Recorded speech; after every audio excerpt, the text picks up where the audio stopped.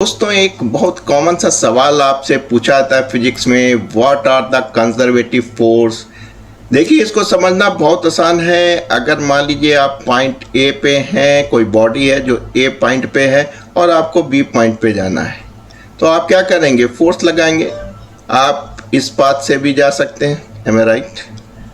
आप इस पाथ से भी जा सकते हैं और आप इस रास्ते से भी फोर्स लगा के अपनी बॉडी को बी पॉइंट पे ले जा सकते हैं। लेकिन प्रत्येक केस में अगर आपका जो वर्क डन है वो सेम है, अगर वर्क डन जो है वो सेम है, तो वो फोर्स क्या कहलाएगा?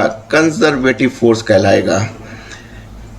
क्योंकि आपके पास पाथ तो अलग हो सकते हैं, इसका मतलब आप कह सकते हैं जो हमारे कंजर्वेटिव फोर्स हैं वो इंडिपेंडेंट टू द पाथ होते हैं। सिमिलरली जब आपने देखा कि आप बॉडी को ए से बी पॉइंट पे ले जा रहे हैं, डिफरेंट पाथ पे ले जा रहे हैं, लेकिन वर्क डन आपके पास सेम है, यानी work done independent of the path है, तो आप फोर्स लगा के ही डिस्प्लेसमेंट कर रहे हैं। इसलिए आप कह सकते हैं कि वर्क डन इज सेम है, तो फोर्स हमारा कंजर्वेटिव है। क्योंकि आप जानते हैं कि work done is equal to F dot D होता है। D is a vector quantity, तो जाहिर सी बात है जो फोर्स है और डिस्प्लेसमेंट अगर आप देखें तो डिस्प्लेसमेंट आपका जो है वो पोजीशंस पे डिपेंड करता है, इनिशियल और फाइनल पोजीशंस पे करता है।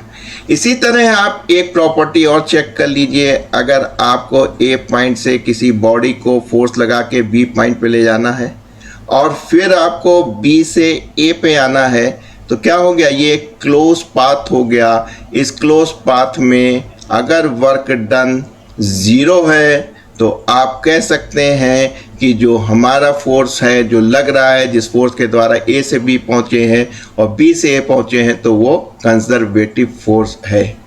तो इसको अगर हमको डिफाइन करना हुआ तो हम कह सकते हैं कि दोस्तों a force is said to be conservative if the work done by the force between two points is independent of the path followed by two points। जैसा कि मैंने आपको दिखाया यहाँ पे, कि क्या दिखाया मैंने आपको कि देखिए जब आप A से B आ रहे हैं, किसी भी पाथ पे आ रहे हैं, वो वर्क डन सेम है, यानी इंडिपेंडेंट टू द पाथ है। इसी तरह आप देख रहे हैं दूसरा पॉइंट, क्या देख रहे हैं? Work done by the conservative force along A close path is always 0।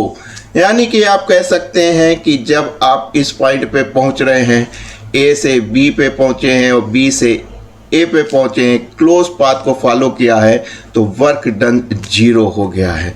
तो दोस्तों ये दो जो पॉइंट्स हैं, इंडिपेंडेंट ऑफ पाथ और क्लोज पाथ पे वर्क डन 0 है, अगर ऐसा फोर्स के द्वारा होता है तो वो फोर्स कंजर्वेटिव फोर्स कहलाते हैं।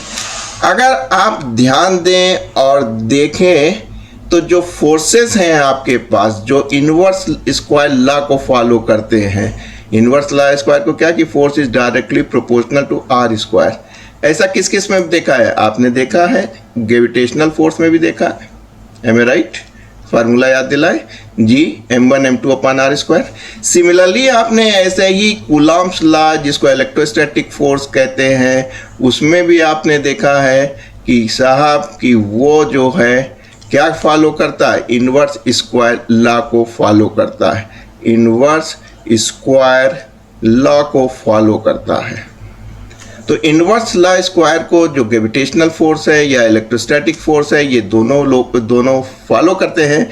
इसलिए आप कह सकते हैं कि जो कंजर्वेटिव फोर्स हैं वो इनवर्स स्क्वायर लॉ को भी फॉलो करते हैं।